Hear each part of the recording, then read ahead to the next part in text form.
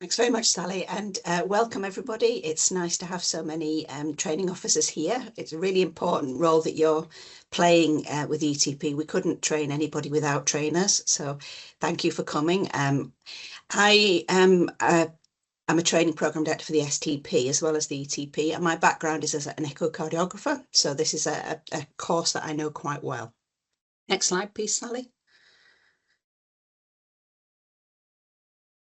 So way back in 2019, I think it was, when we were thinking about setting up the ETP, we were aware that there was a growing workforce shortage of echocardiographers who were accredited. The numbers of echoes that we're being asked to do was rapidly going up, and we didn't have enough people to do them. So we decided within the school that we needed to have a short, sharp course that would help people to get to accredited echocardiographer status in as short a space of time as possible to try and address that. What we decided to do was to come up with a full-time integrated training scheme. And we have a lot of experience from the STP of full-time integrated training scheme. So it's loosely based on that, but it's a shorter course. It's much more focused in echo. It doesn't have the broad range of cardiac science that you would have in the STP, because it's only 18 months rather than 3 years. But it was created to be suitable for people who already had gone through the PTP and therefore understood much of the background, but also as we wanted to get new people into the NHS, we made it so that it was suitable for graduates of cognate science degrees. So people who've got a good physiology background, we created a way of learning so that they could upskill fairly quickly. We did this through a National School of Healthcare Science pathway. And if you go on to the next slide, please, Sally. A little bit about what the National School of Healthcare Science is. We don't have a little building like there is on the side there. When I first joined the school in 2019, we did have a building. It was very like that, but now we work very differently. We work remotely. We're also now part of NHS England. We were Health Education England a few years ago. We're now part of NHS England. The future, we're not entirely sure where we're going to be, but we're excited that we will still exist. There's still a massive need for healthcare science education. So at the moment, we're part of NHS England. And our role really is to work in partnership with universities, with the training providers, which is yourselves, the employers, and also the professional bodies to try and create the appropriate training schemes that are quality assured, that deliver healthcare scientists of the future. And our major role through the ETP is to support trainees and training officers through the programme. So it's not just the trainees that we're here to offer advice to, it's training officers as well. So if you have any questions, you need any support, we're here to help you. Next slide, please. The aims of the ETP are fairly straightforward, but fairly wide-ranging. The original driver to create it was to address the workforce shortage of competent accredited echocardiographers.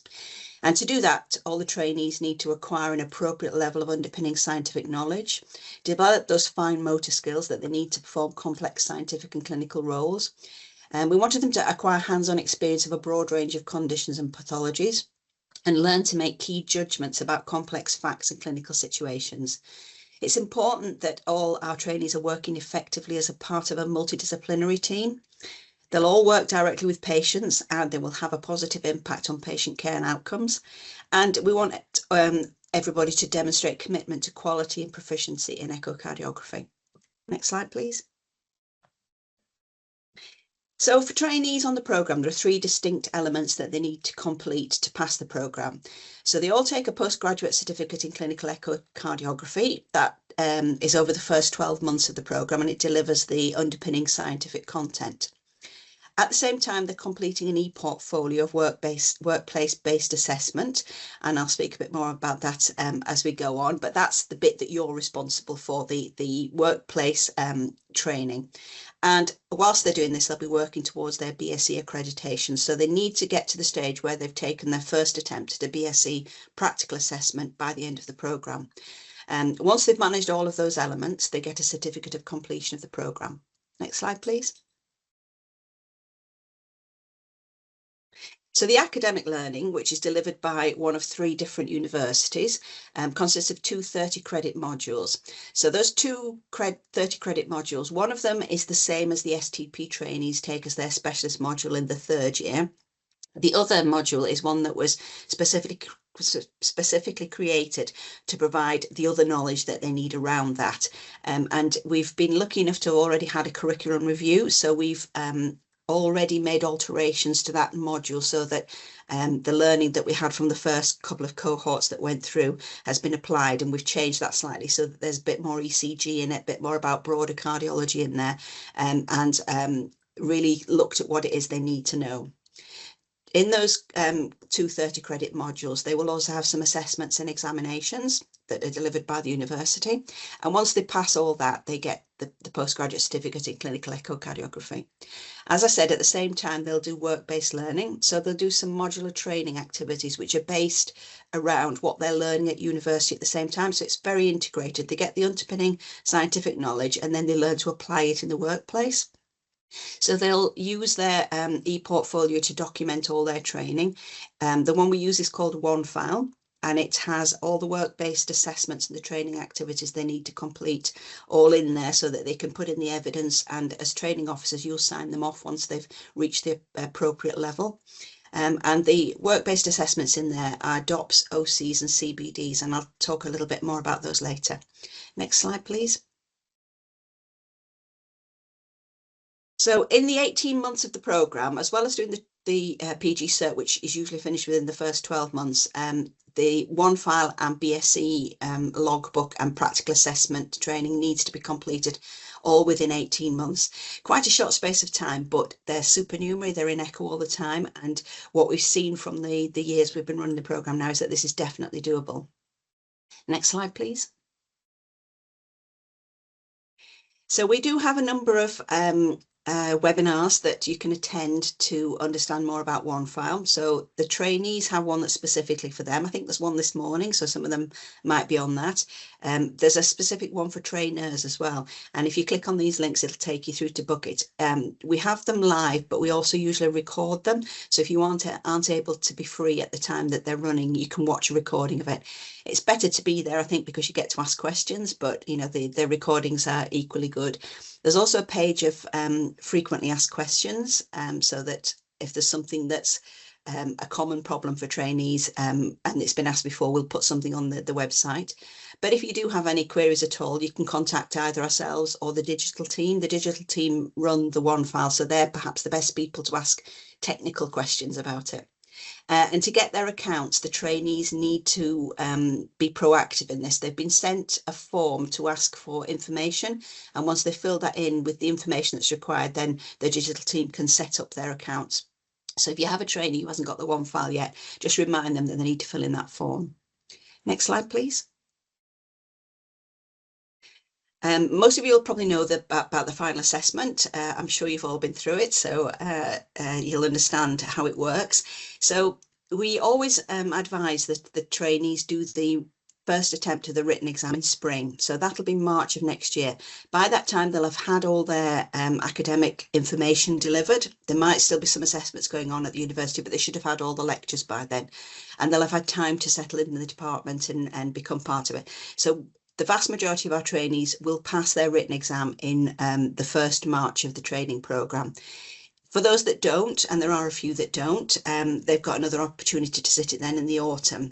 So that's the way we would advise that. Don't leave it too late, because it makes the programme too difficult to complete if they do that, because they've still got to do the practical assessment. So most of the trainees will be doing that in either January or March of the following year.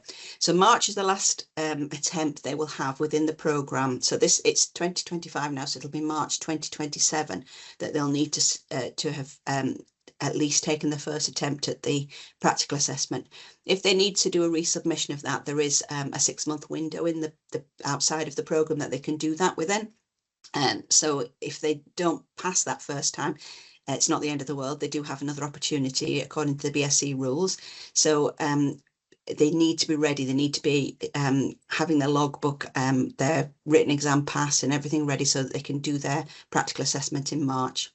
The BSE have been excellent about this as well. They've increased the number of places they have at that particular exam so that we can get all our ETP trainees through.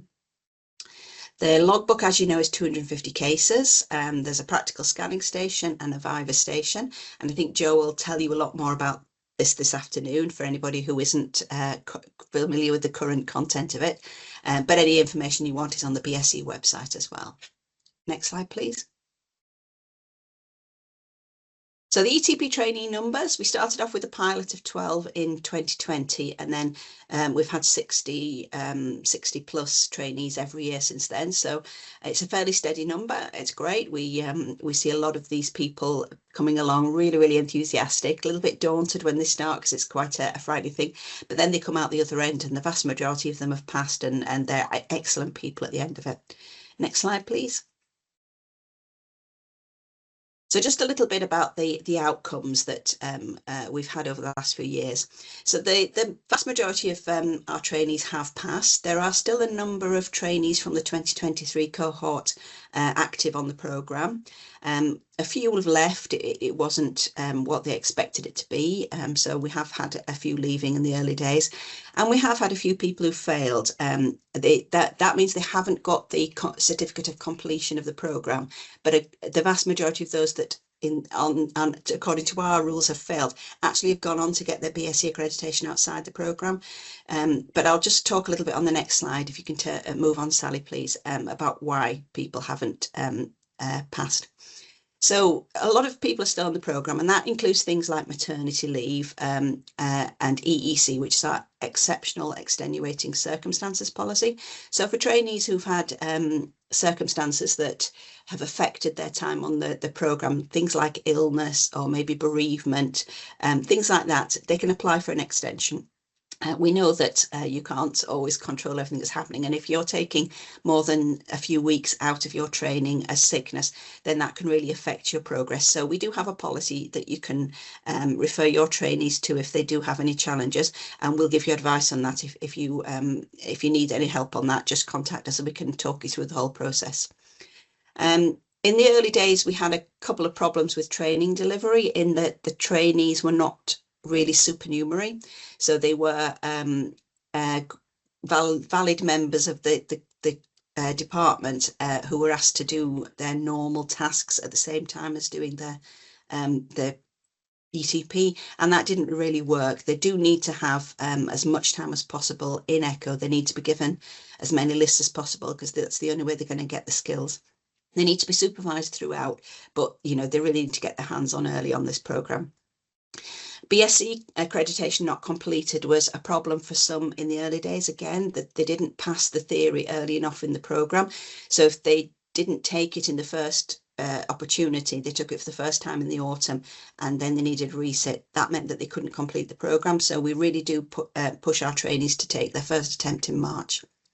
One file as well, in the early days, there was a few misunderstandings about it and people left it too late. So a couple of people didn't manage to get through because of that. And I think it's possible that some people might not pass their PG cert. That's very rare, and it's very rare for our STP trainees as well. But if they don't pass that, they may have to be removed from the programme because they don't pass the PG cert, they can't complete, and their funding might be stopped at the end of that 12 months if they haven't passed. So just to be aware that that's a possibility. Next slide, please.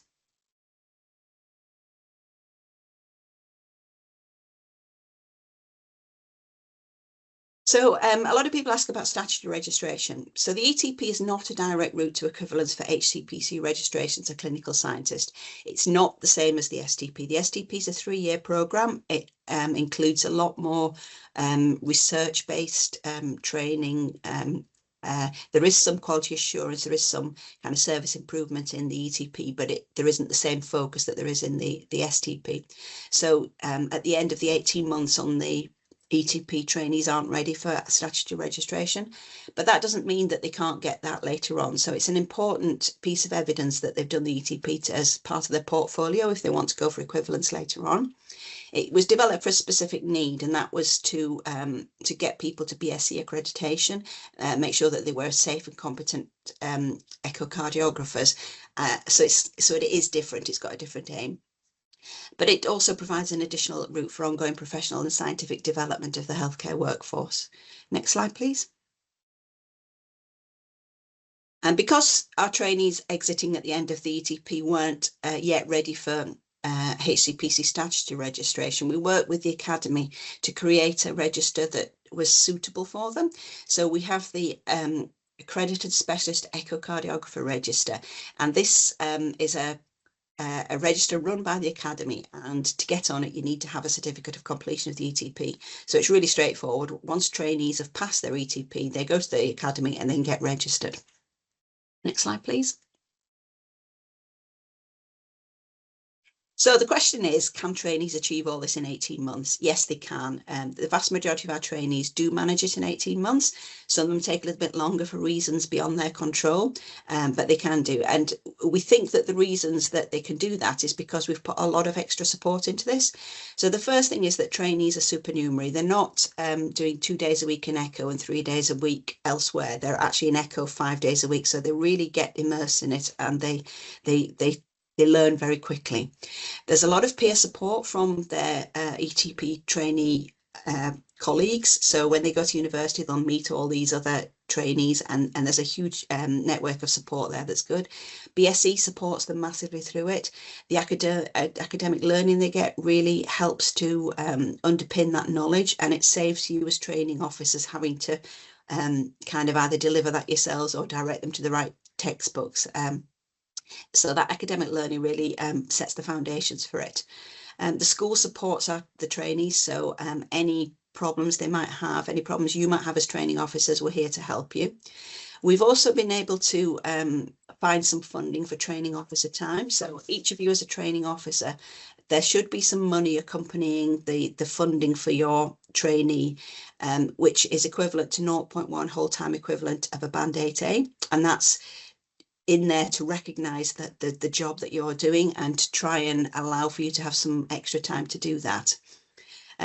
We also provided some funding for simulators. They're in some departments, and they're spread across the whole of England, so it might be that trainees will get access to those. Hopefully those have been useful in kickstarting those kind of hand-eye coordinating skills. And also we have been able to provide some regional training leads. The funding for that hasn't been as good over the last year. It's been a bit choppy to get the money for those, so they're not quite the same all over England. But where they are in place, they're doing a fantastic job. And a lot of them will also allow trainees from regions that don't have a regional training lead to access some of their resources that they've got. So it's worth knowing who those are and how you can contact them. And we can help you with that if you do need that. Next slide, please. So this is a page on the website which shows you what the key completion criteria are. So it tells you what the trainee needs to achieve by the end of the programme. And then on the next page from this, it will also give the dates by which they have to have them done. And it's usually the first Monday in April, depending on when Easter is, it might move slightly, but they need to have their one file and their BSc practical assessment done by the first Monday in April. Their PG cert will be earlier than that because that's the way the university works. It's a 12-month block. So there is a date on there that changes slightly every year for the different cohorts, but it's all on the website. Next slide, please. And the most important thing to get information really is the ETP monthly memo. So this is sent out to all trainees and training officers, and it's a way of trying to keep the number of emails we send to you to a minimum. So all the important information that you need each month will come in a monthly memo rather than in separate emails that, as we all know, sometimes you're too busy to open them. So try and keep a lookout for that. If you need any back issues, they're all on our website. You can go there and have a look at them, but this will come through once a month to everybody who's either a trainee or a training officer.